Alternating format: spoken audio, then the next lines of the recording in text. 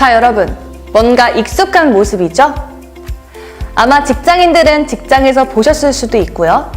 직장인이 아니시더라도 많이들 뉴스에서 보셨던 익숙한 모습. 노동조합 하면 떠오르는 그런 모습입니다. 좀 촌스럽고 투박한 모습이죠? 사실 노동조합은 예쁘고 화려한 것과는 거리가 멀긴 합니다. 하지만 바다의 거친 파도를 막아주는 투박한 방파제처럼 노동조합도 투박하지만 노동자의 권리를 지켜주고 있습니다. 과연 노동조합은 구체적으로 어떤 일을 할까요? 다음으로 넘어가서 알아보도록 하겠습니다. 오늘은 노동조합에 대해 알아볼까 합니다. 먼저 노동조합과 관련한 헌법상 권리를 알아보도록 하겠습니다. 대한민국 헌법 제33조 1항을 보겠습니다. 노동조합과 관련된 3가지 권리가 제시되어 있는데요. 첫 번째가 단결권입니다. 노동자 개개인은 사용자와 협상을 할 때 평등한 위치에 있기가 어렵습니다. 노동의 대가인 급여를 사용자가 지급하고 노동자는 그것으로 생활을 유지하기 때문에 사용자에게 자신의 의견을 당당하게 이야기하기가 쉽지가 않은 것이죠. 소위 말하는 을의 위치에 있을 수밖에 없는 것입니다. 그래서 우리에게는 사용자와 동등한 위치에서 이야기를 할 수 있는 우리 편인 조직, 즉 노동조합이 필요한 것입니다. 이러한 노동조합을 결성할 수 있는 권리가 바로 단결권입니다. 두 번째는 단체 교섭권인데요. 단결권을 바탕으로 노동조합을 만들었는데 사용자가 노동조합을 본체 만체 무시하면 노동조합을 만든 의미가 없겠죠? 그래서 노동조합은 사용자에게 협상, 즉 교섭을 요구할 권리를 가집니다. 이것이 바로 단체 교섭권입니다. 그래서 노동조합에 정당한 교섭 요구가 있다면 사용자는 교섭 자체를 거부할 수는 없습니다. 세 번째는 단체 행동권입니다. 노동조합이 사용자와 교섭을 했는데 합의에 도달하지 못한 상황의 경우 노동조합은 그냥 무기력하게 가만히만 있어야 할까요? 그렇지 않습니다.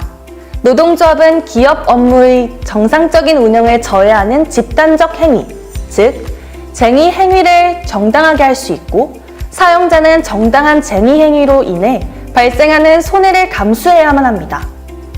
이러한 쟁의 행위를 할 수 있는 권리가 바로 단체 행동권이에요.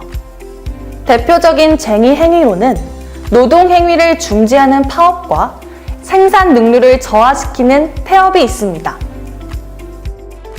지금까지 단결권, 단체 교섭권, 단체 행동권에 대해 알아보았습니다. 이러한 헌법상 권리를 바탕으로 노동조합 활동이 이루어지는 것이지요. 어느 정도 이해가 되셨나요?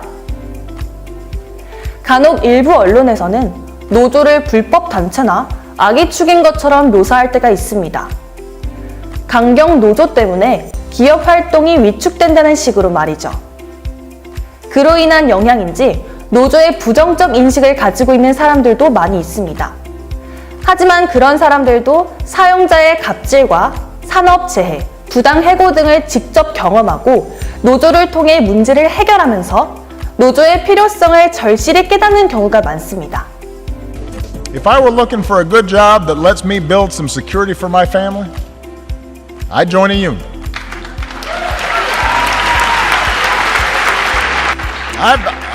I travel a lot. I've been to countries that don't have unions, that prohibit unions. That's where you've got still child labor. That's where you have terrible exploitation and workers are constantly being injured and hurt and there are no protections. And that's true for everybody because there's no union movement. If I wanted somebody who had my back, I'd join a union. 오바마의 말을 빌리자면 국민의 대다수를 차지하는 노동자들이 든든한 뒷배경이 될 수 있는 게 바로 노동조합이라는 것이죠. 노동자라면 누구나 노동조합에 가입할 수 있습니다. 노동조합은 노동자들의 참여로 만들어진 조직입니다. 노동조합을 가입한다고 해서 바로 어떤 복리후생이나 이익이 주어지는 것이 아니고 노동자들의 적극적인 참여로 노조가 힘을 갖춰야 노동자들의 권리를 쟁취해 나갈 수 있는 것입니다. 모든 것은 노동조합의 조합원들이 스스로 만들어가고 쟁취해서 나오는 결과물인 셈이죠. 참고로 우리나라 노조 가입률은 10%대에 머무르고 있습니다.